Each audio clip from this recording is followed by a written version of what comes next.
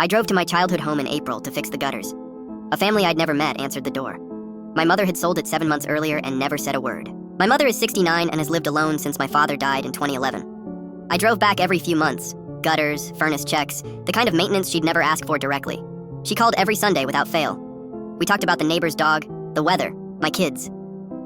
In 8 years of those calls, she never once mentioned the house was for sale. The woman who answered had a toddler on her hip and a confused expression. I called from that driveway.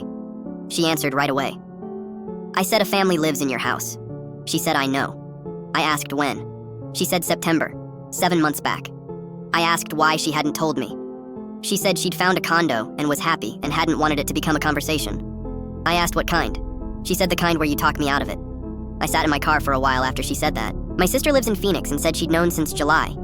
She'd helped my mother look at condos during a visit and been asked to keep it quiet until the deal closed. I asked why she'd agreed. She said Mom had seemed so certain, and she didn't want to take that from her. I asked if it occurred to her to tell me. She said Mom made her promise. I said the house was both of ours to say goodbye to. She said I know. She'd been sitting on it 5 months. I found the listing online that afternoon, active in June, 8 photos, a virtual tour, a sale price of $347,000. I'd been to that house in July, sat at that kitchen table while my mother made pie. The living room furniture had been arranged oddly, and I'd asked about it. She said she was trying something new. She'd been showing the house while I was standing in it. I'd walked through every room without understanding what I was saying goodbye to. I drove to the condo on a Saturday.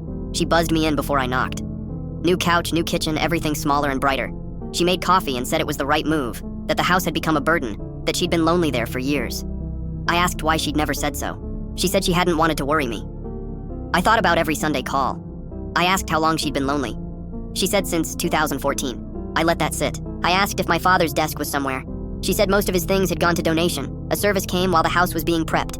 The desk he'd built in 1989. I asked if she'd offered it to me. She said she thought I didn't have room. I asked when she'd decided to guess instead of ask.